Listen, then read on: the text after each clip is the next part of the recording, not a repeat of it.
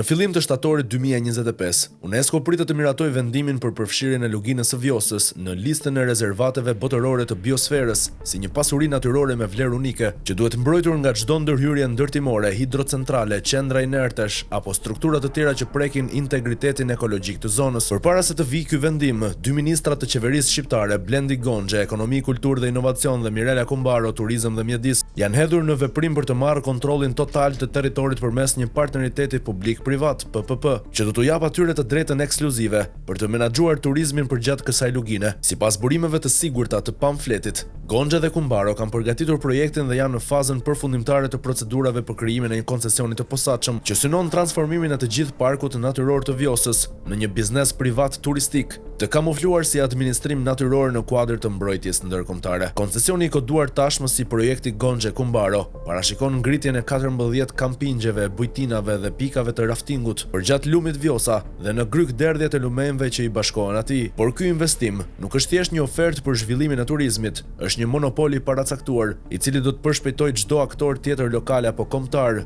duke ndaluar ndërtimin e çdo strukture tjetër turistike në zonë, madje edhe brenda qendrave të banuara afër luginës. Përmes maskës së parkut natyror botëror, dy ministrat planifikojnë të rënojnë çdo objekt ekzistues përgjatë Vjosës dhe të vendosin strukturat e tyre të kontrolluara përmes njerëzve të besuar dhe familjarëve, me të cilët prej 12 vitesh kanë shkatërruar me tender, koncesione dhe licenca të palishme çdo segment të pasurisë publike. Ky koncesion është i ideuar dhe mbështetur drejt për drejt nga Edi Rama, Babloku, si pjesë e strategjisë së fundit të grabitjes së territoreve përmes fasadave të ruajtjes së natyrës. Në të njëjtën mënyrë siç i dhanë investitorëve turq të drejtën për ndërtimin e dy heceve në Poçem të Mallakastrës, në mes të territorit që tani UNESCO kërkon të mbrojë, sot po përgatitet legalizimi i një skeme të re vjedhjeje me fytyrë ekologjike. E njëjta logjike përdorur edhe për parkun e Butrintit, ku Babloku dhe Kumbaro i dhanë leje për ndërtimin e një resorti me vila dhe pallate kompanisë Sallameri Hako, duke shkatërruar integritetin e një zone që është zyrtarisht në mbrojtjen e UNESCO-s. Tani e njëjta formulë po përdoret edhe për Vjosën, me të njëjtat emra, të njëjtat duar dhe të njëjtat makineri pushteti që përmes koncesioneve mbulojnë grabitjen e natyrës me petkun e menaxhimit shtetëror.